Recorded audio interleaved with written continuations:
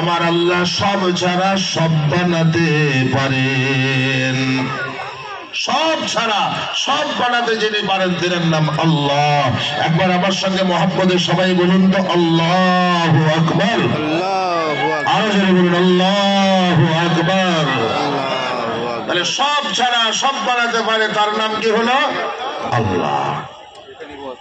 দুনিয়াতে এমন কেউ আছে যে সব ছাড়া সব বানাতে পারবে? একটা বানাতে পারবে?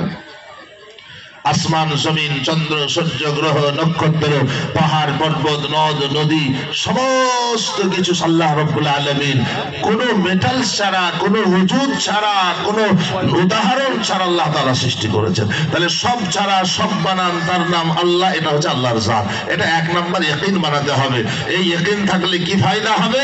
যে আল্লাহ তাআলা আজকে অভাব দিয়েছেন, কালকে অভাব দূর করতে পারেন। ইয়াকিন পয়দা হলে আল্লাহ দেবে।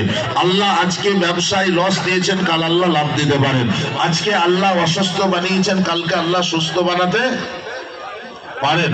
আল্লাহ আজকে দুঃখ দিয়েছে, কাল আল্লাহ সুখ দিতেও পারেন। বলে সর্বপ্রথম আল্লাহর জাতের উপরে একটা নাম্বার 1। নাম্বার 2 কান দিয়ে শুনুন বা। দ্বিতীয় নাম্বার বললে আল্লাহর সিফাতের উপরে ইয়াকিন বানানো। দুনিয়াতে যত প্রাণী আছে, দুনিয়াতে যত পশু আছে, দুনিয়ার জমিনে যত মানুষ আছেন, কেউ বাদশা, কেউ রাজা, কেউ ওজির, কেউ মন্ত্রী, যত যা আছেন, প্রত্যেকের একটা নিজস্ব সিফাত থাকে, গুণ থাকে।